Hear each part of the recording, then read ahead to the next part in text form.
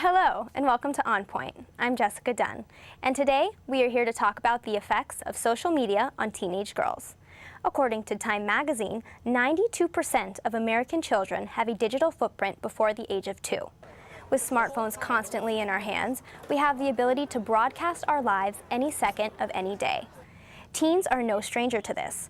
According to a 2018 Pew Research Center study, 60% of high school students use Facebook, 29% use Instagram, and 18% use Twitter.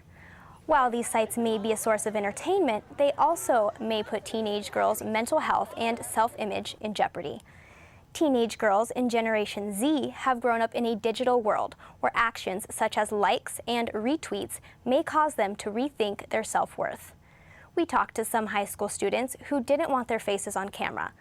The campus was a little noisy, so I'm going to restate what some of them said about how social media affects their self-esteem. It has an effect on It has an effect on the confidence issues and just how rumors start and stuff like that. It's like a dopamine. It's like dopamine. It gets addictive. If you get more likes, you'll feel great.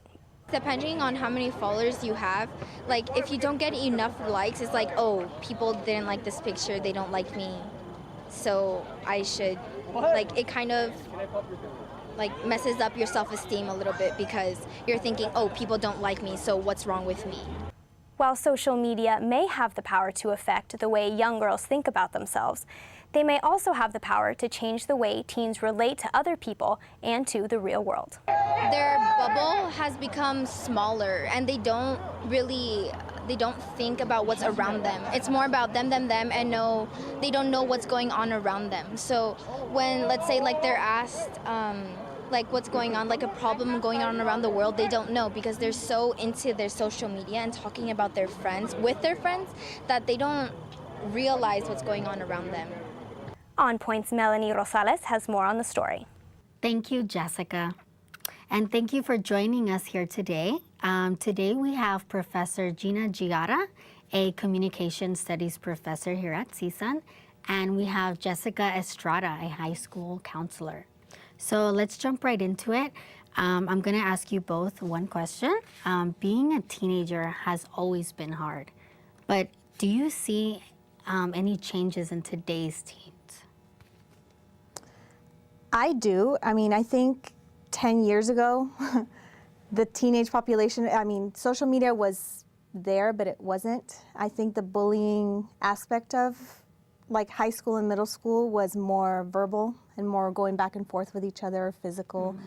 Whereas now I think that students are getting more savvy with technology and they're getting more braver, and they're being meaner in that way because they're able to just hide behind a screen and like say what they want to say, and then, so I think in that sense, they're very different. Okay. Anything to add?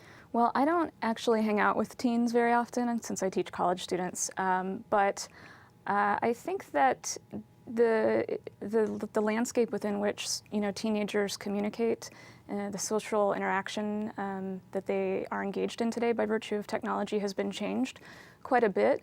But I'm always cautious about describing current phenomena as dangerous or particularly novel, particularly when it comes to teenagers, because I think there's like a long history in media and technology of moral panics around youth and new media and its sort of corrupting influence on them. We need only go back to cinema or even comic books, television and video games to see the ways in which we have been anxious about teenagers' interactions with these technologies. And so I think that things have changed probably with teenagers by virtue of technology, but I don't know that I'm willing to say that this is entirely new. Mm-hmm. Mm-hmm. Okay. So Professor, I wanted to ask this question to you. It's pressuring enough to keep a certain image in high school, but now teens have to have one online. What are some of your thoughts of having the ability to create an image of yourself through these platforms? Well, I think that, it's really empowering at some level to be able to have the means with which to produce yourself and distribute yourself to the world. This is a fundamentally new phenomenon that was given to us by virtue of the internet. So I think at that level, it's really empowering. It breaks the monopoly that the mass media had on the production and distribution of images and ideas. But on the other hand, I think that we've been compelled to produce ourselves and to author ourselves in ways that are oftentimes consistent with those previous representations that were produced for us by the mass media. So I think it's on the one hand really empowering, but on the other hand, we don't have a lot of other scripts besides those that media have offered to us. And so I think we're still trying to learn how to use this technology and how to use this power to, produce identities and selves that, are productive and progressive. So my next question is to you. You being a high school counselor, have you seen any change in behaviors, or do you see how social media affects the young girls in high school? I think the way it affects young girls, I definitely have seen like an increase in negative behaviors and also in mental health. I think because the words that they use online are so mean and so like they're demeaning, in a lot of ways, I think that they're internalized in a very different way once they read it. So I think a lot of the students that I've been seeing, not only am I dealing with the bullying aspect of it, but then I have to then refer them to counseling, refer them to different resources because of the fact that they're suicidal over what they're seeing, or now they've developed an eating disorder over what they read.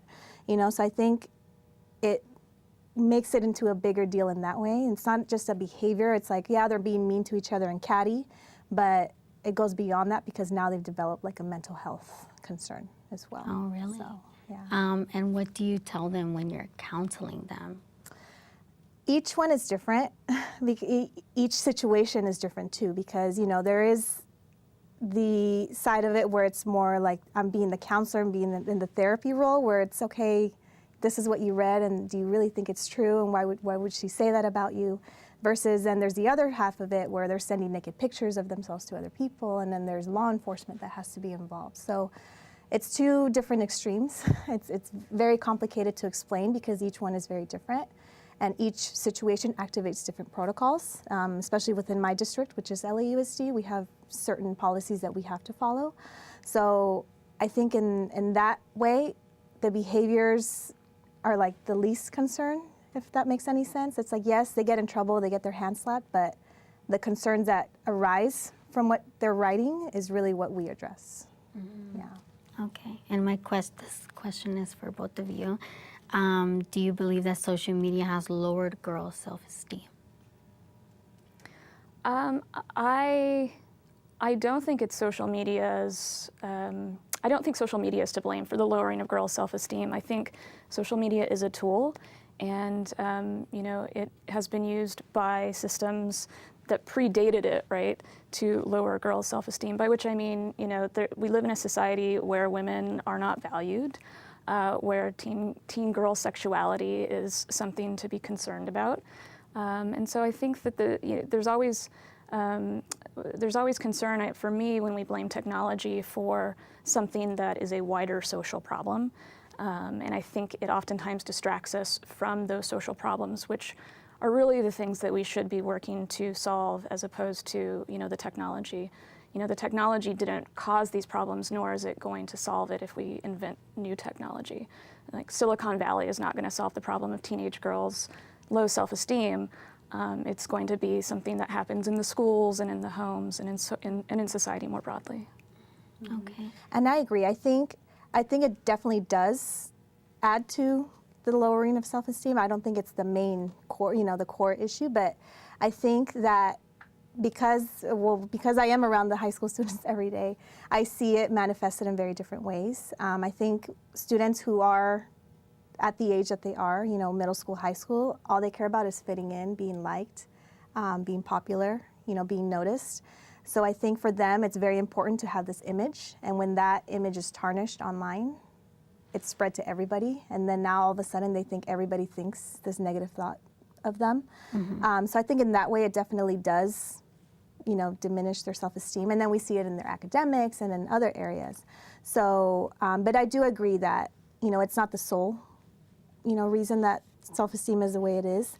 And I agree also with what you just said about, you know, it doesn't just happen at school, it happens within the family sometimes, you know, within siblings, sibling rivalry, or just extended family, cousins, uncles. People listen, you know, kids listen to what you tell them about themselves. If you call them out on what they're wearing or how they're doing in school, like they internalize all that, and then they kind of beat themselves up over it, you know, and that's when we see as counselors the mental health issues kind of skyrocket because they start believing it. It's a self-fulfilling prophecy, right? So. Okay, so my next question is for both of you. What about the kinds of social media that they're using? Like, for example, Instagram, you can filter your content.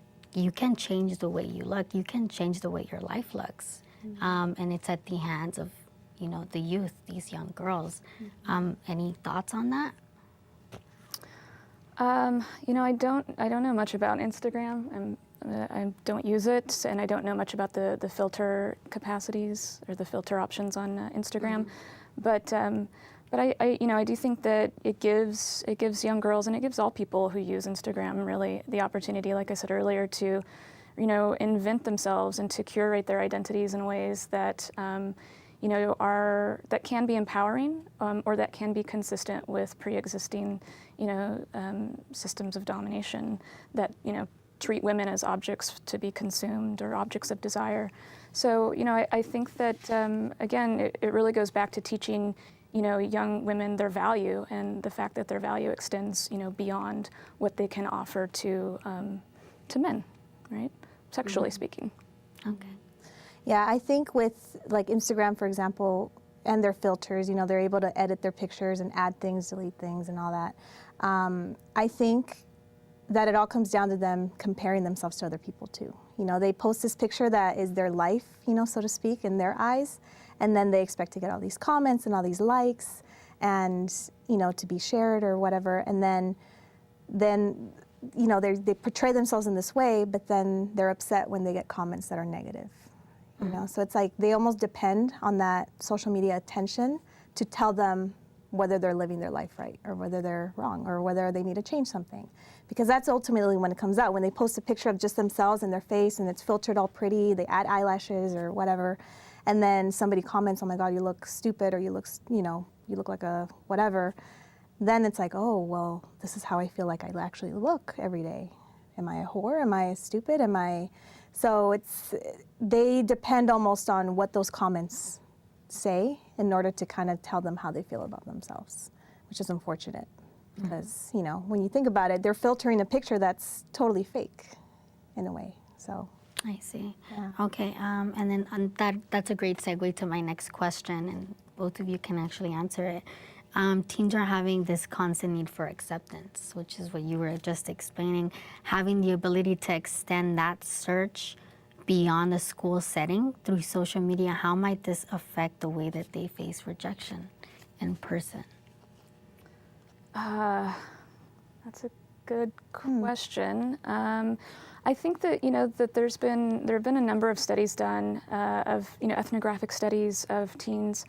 And a lot of the studies conclude that, you know, the more time that you spend online, the more sort of screen time that you have in your life, the less able you are to communicate comfortably with people in real life, so to speak.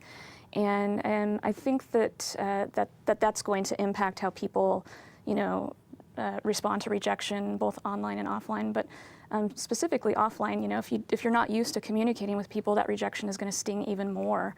When it comes in a sort of real life experience or offline world, but I don't have enough experience with teens to know specifically how that might affect them differently. The person they're putting out on their profile is not the person that they really are.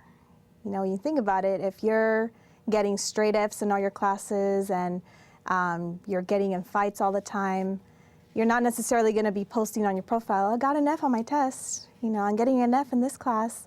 So you're kind of promoting yourself in a way that really isn't you. And then you're looking for acceptance for that person that you wish you can be. And then when that person is being rejected, it's kind of sending you the message that, okay, so this person that I'm trying to be is not good enough. So I'm not even that person. So does that mean I'm not good enough? Does that kind of make sense? So it's kind of like you're testing, you're putting this tester person out there. It's like, okay, this is me. and then kind of seeing what people are saying about that person that you're painting. And if you're not liking what you're seeing, it kind of reflects back, okay, well then I probably shouldn't do that, but it reflects it negatively. So, Okay. yeah, I'm not sure if I'm explaining. No, yeah, you definitely did. Thank you. Professor, I wanted to ask you, so how do you feel social media is affecting their communication skills? You want like personal anecdote or? Yeah. So how do you feel like, essentially, social media, how do you feel like it's affecting their communication in person? You mean the teens that become college students in my classrooms? Yeah. There's a lot more anxiety among young people when it comes to in-person conversations. I notice increasingly students are made uncomfortable by eye contact. And again, I think that has a lot to do with the screen time and the fact that when you're communicating, through screens so often, and you're not reading, nonverbal cues, that additional, information that comes through nonverbal communication when we communicate in person makes people nervous sometimes because it's just too much information to try and, make sense of in the moment. And I think also when you're communicating through screens, and when you're communicating asynchronously through text messaging, for example, you have a lot of time to prepare your answer and to craft, your identity in ways that, you're satisfied with. But when you're meant to communicate in real time like this, you don't have the privilege of doing that. And it makes a lot of people nervous. And I think that social media and digitally networked technology more generally is at some level responsible for that. Okay. Jessica, I wanted to ask you, how do you feel like social media is affecting young girls in school? In school, well, I could even kind of add on to what you're saying about, the question that you asked, Gina, is it's kind of coming across in their writing skills. I mean, a lot of the English teachers at my school are complaining about the girls, or even everybody, the kids, just using text language to kind of write essays. They're putting LOL, they're putting IKR for like I know, right? Like they're using little acronyms, and it's not, we're supposed to be graduating these kids to be college and career ready, and here they are going off with LOLs in their essays, So Is that how they end up in my classes? Correct. Doing that? Okay. Yeah. So, a lot of it is manifested in their academics for sure, but then I think it also goes into the whole, because I work at a small school, 1,000 students at my school, everybody knows each other and everybody knows each other's business. So even if you add somebody on social media, it may not be somebody you know personally, but you know them because you see them around. Everybody knows everybody at my school. So even if you're not actually friends or share a class with each other, you're going to add that person just because they go to your school. And therefore, everybody's going to know your business. So in that way, I think a lot of drama comes up at my school on a daily basis that I then have to deal with and the other counselor has to deal with. That doesn't necessarily have to happen, because of the fact that, okay, I know you go to my school, I'm going to add you on Snapchat or on Instagram, and then that person comments something negative on your picture, and then all of a sudden they're fighting. And it's like, well, if you had never added each other on Snapchat or Instagram to begin with, you would have never have known this about each other, and you're not friends to begin with, so why are we here? So I think it creates a lot of drama in that sense, at school. And it takes them away from instructional time, which is then a problem, because then their grades drop. So it all adds up together. Yeah. So is there a difference between boys and girls when it comes to this? I think social media will be social media, so boys will also go at each other in ways that are braver, right, behind a screen. But I think most of the interactions that I have, or most of the things that, or the cases that land on my desk when it comes to social media related things, are more girls. The boys, if it's something that they comment and they're not very nice to each other, then they go to school the next day and they physically fight.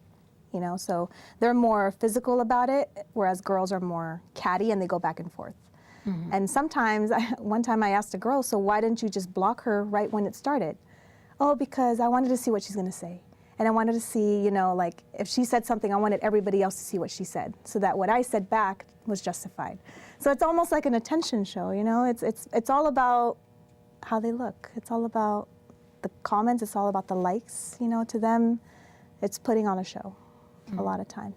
It does seem like the moral panic is primarily addressed to young girls, right? It doesn't seem like the moral panic is about young boys sexting or young boys like being, you know, mean to each other online. It really seems to focus on teen girls. Yeah. And, you know, I think that just sort of re-victimizes them. It turns them into victims and dupes of social media in a way that boys aren't, which again is part of a much longer history of, you know, young women not being trusted. Yeah, and I think most of my experience with the boys in social media has been involving with the sexting and with the child pornography laws, you know, with the girls sending nude pictures of themselves. We have to remind them that's distribution of child pornography, and that's actually a crime. So then the police get involved and administrators and everybody. So I think most of the girl stuff is just being mean to each other, whereas the boy stuff is the sexual nature.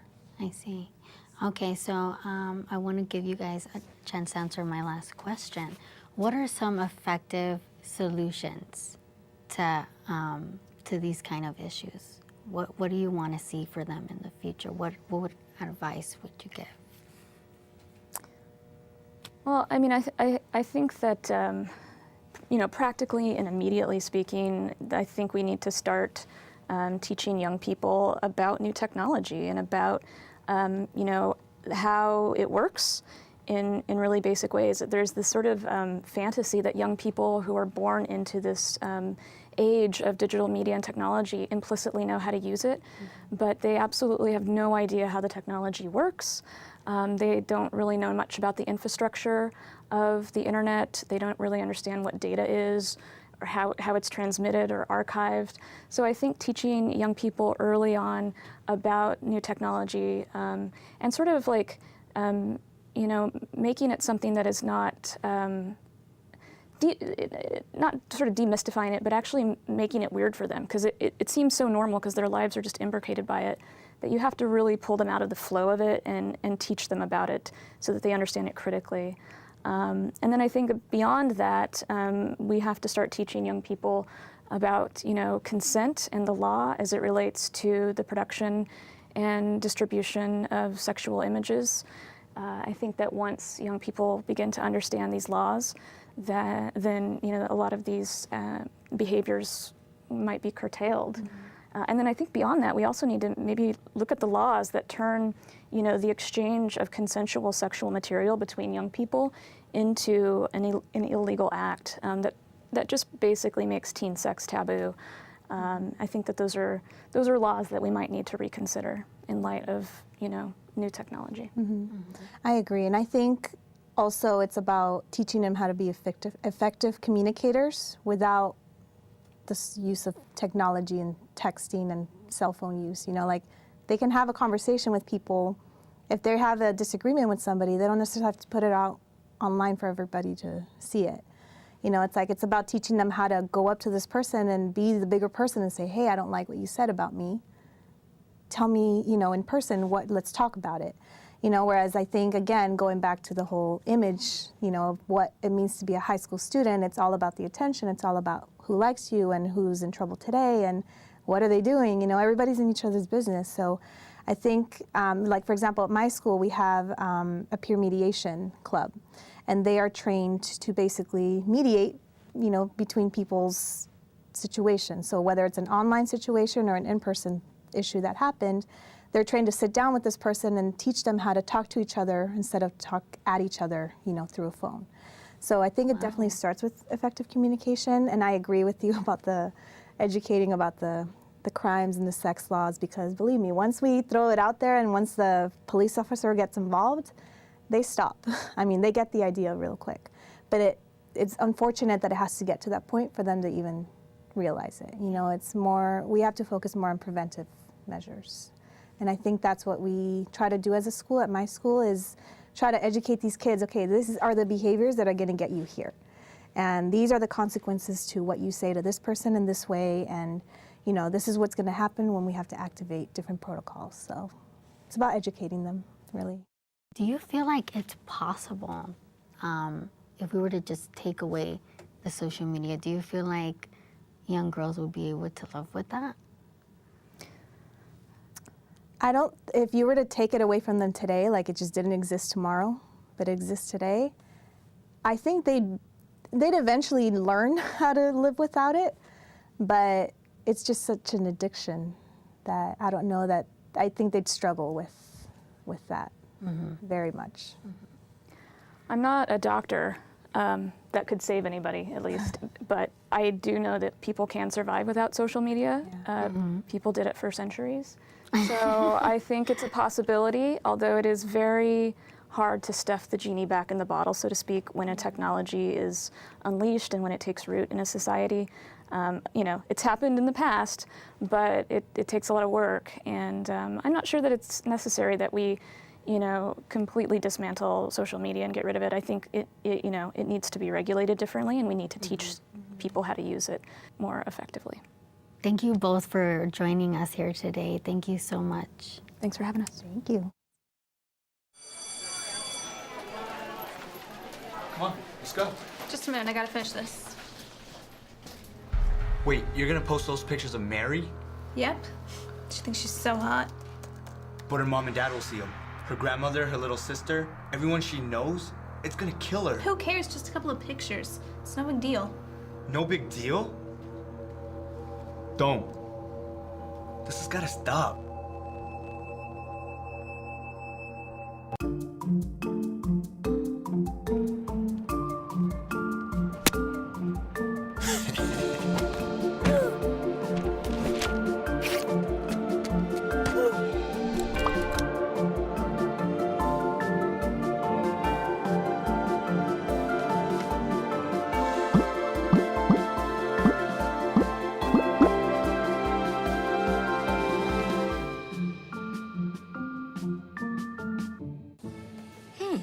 Maybe you can make retirement happen. After all, you made her college years happen. Opening that education savings account when she was little. Spearheading a campus tour. And another, and another, and another, and another. Bam! Deciphering financial aid. She was like, what? Well, now she's like, you aced planning for college. Now get the tips you need to get on track at aceyourretirement.org.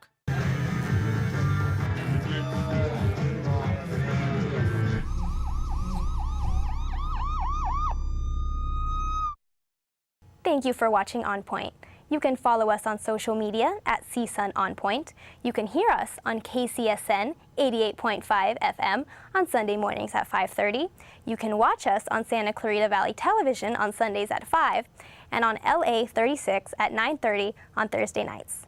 For all of us here at On Point, I'm Jessica Dunn.